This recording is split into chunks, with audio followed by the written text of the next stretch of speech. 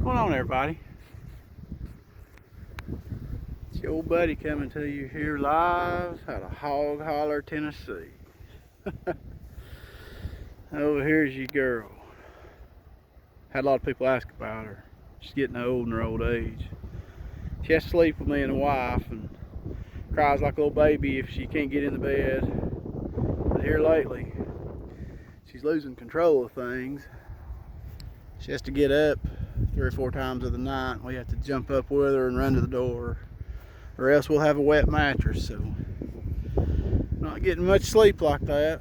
Other than that, just might have a little bit of arthritis going on with her, but she's still hanging in there. Getting a little gray in the face, but ain't we all?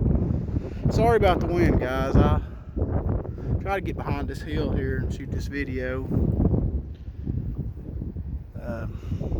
Still, you can hear the wind, so I don't know if I'll be able to post it or not. But anyway, let's get on with it. Today, I'm going to have a lot of people comment. Might be one of these controversial videos. People's going to comment on what they believe and what they don't believe and everything. But all that aside, your beliefs aside, you know, I believe in God and I believe in Jesus. Got saved when I was young, and then from that point I went wild and went crazy. I wasn't always the domesticated citizen that I am today, but that's for another story for another time. But anyway, I used to work in a cotton mill. That's where I'm getting to. That's where I'm going with this. I used to work in a cotton mill, and it employed at one time about 800 people. But I worked night shift for a while, and there used to be this man. He would come in and he would stock the vending machines, and I got to know him pretty well. We'll call him Roy. And I got to know him pretty well. We'd talk every night about fishing and hunting and how my boy was doing in football and baseball and how things are going in the SEC and different stuff like that, you know, just every night thing. And he was one of these men that you knew wasn't going to tell you no big lie or no big fable. You know, just always had a smile on his face. Real nice, real kind guy. So one night he come in. I guess I'd known him about 6 years at this point. One night he come in all disheveled, and I could tell something was wrong. He looked like he'd been crying. So I asked him, I said, Roy, something bothering you? Something wrong? He told me, yeah. He said he had something happen to him today, and he said he'd like to tell me about it if he could, and me not judge him or think he's crazy. I said, Roy, I wouldn't think you're crazy. I've known you for a while now. You ain't never said anything or done anything to make me think otherwise. He said, well, hold on to your horses. So he proceeds to tell me that he got home from fishing that day, changed clothes, and he is in the kitchen making him a sandwich. And now his wife's not home. And as he's making the sandwich, getting done, he hears a voice. And he says this voice sounded as loud as thunder. And this voice wasn't in his head. It was a physical voice that just manifested out of the air. And it was a blusterous, thunderous voice that said, Roy, leave. And he said he knew right away when he heard that voice. He didn't have to question whose voice this was. He said this was God's voice. He said his heart recognized the voice. He said everything in him recognized the voice, even though he'd never heard it before, that he knew who this was. But he still tried to play it off as maybe he's hearing things, you know. Maybe he was out on the lake too long in the sun that day. So after standing there for a few minutes, shook up, he started on making his sandwich again. And he said it happened again. He said, Roy, leave. She is not being true. He said at this point he didn't question anything else. that he knew he'd heard the voice. He knew what it asked of him. He said he didn't understand it, but immediately he went and he started packing his clothes. He wasn't about to ask any questions. You know, a lot of people say you're not supposed to question God, but it's okay to ask God questions. Well, Roy didn't want to do either one of those at this point. He just wanted to do what he was told to do. He felt the authority in this voice. So as he's packing his stuff, his wife comes home. And she comes in there in the bedroom and she asks him, she said, what are you doing? Where are you going? He said, woman. He said, I don't know. That's what he always called her, woman. He said, woman, I don't know where you've been, and I don't know what you've been up to, and I don't know what you've been doing. He said, but God spoke to me a while ago.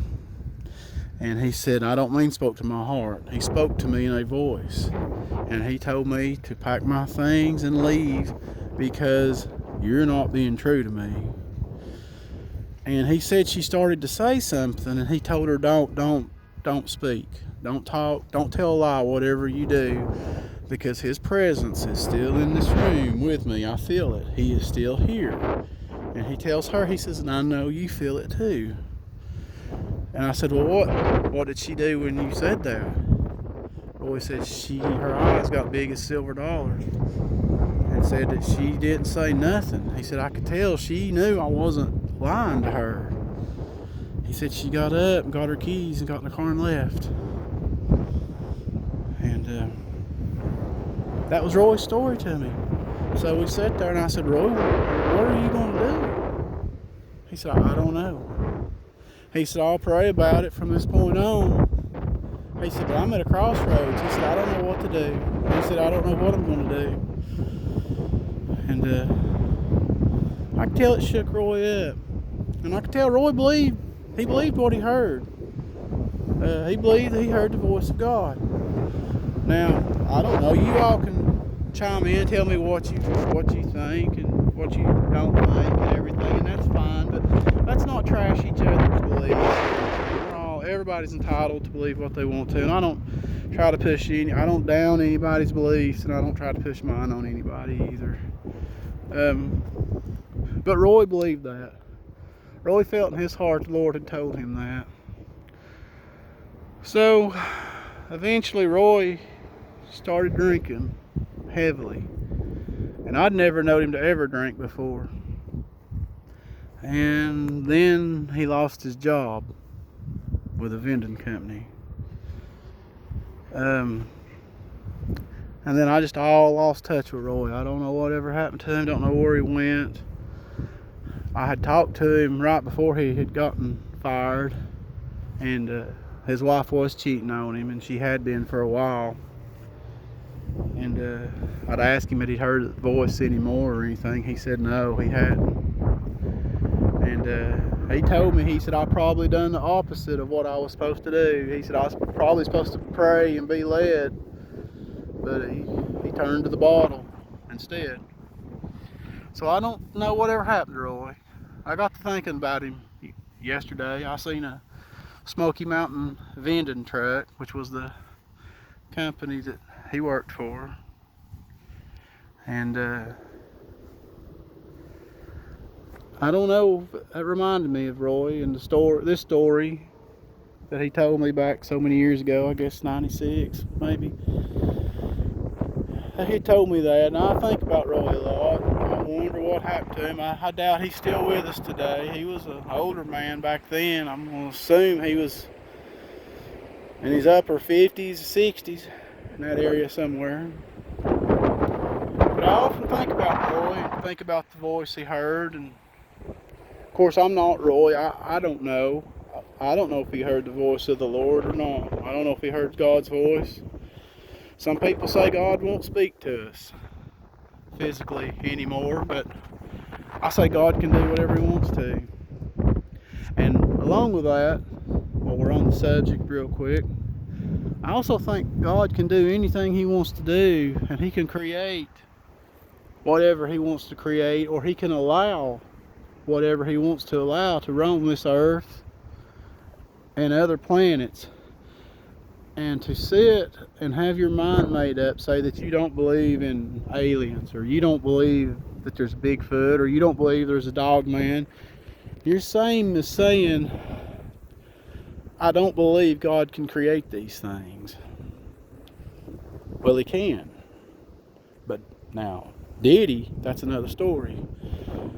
But they do have the power to exist, and it's through him that they're allowed to exist or can exist. And no, we don't understand it. But that's I think about that a lot with people who don't believe in these things, and don't believe in these cryptids, and don't believe in paranormal stuff. You know, the Bible also says that other sheep will hear my message about Jesus. Who are these other sheep? Was it us in America? Or was it something else? So I'm gonna quit my Bible thumping on here. I'm not here to do that. I'm here to tell stories. But this certain story involved the Lord, involved one of my friends, involved the things that's going on in this world today. Yes, I believe that there's other things. I believe there's true evil. I believe there's evil in these mountains, and I also believe there's good in these mountains.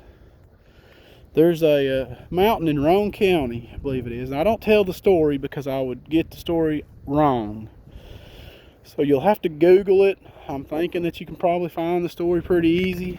But there's a mountain in Roane County, Tennessee, where you go to the top of this mountain, and on windy evenings, afternoons, when the wind blows on that mountain, it sounds exactly like a church choir singing. An old-fashioned church choir singing.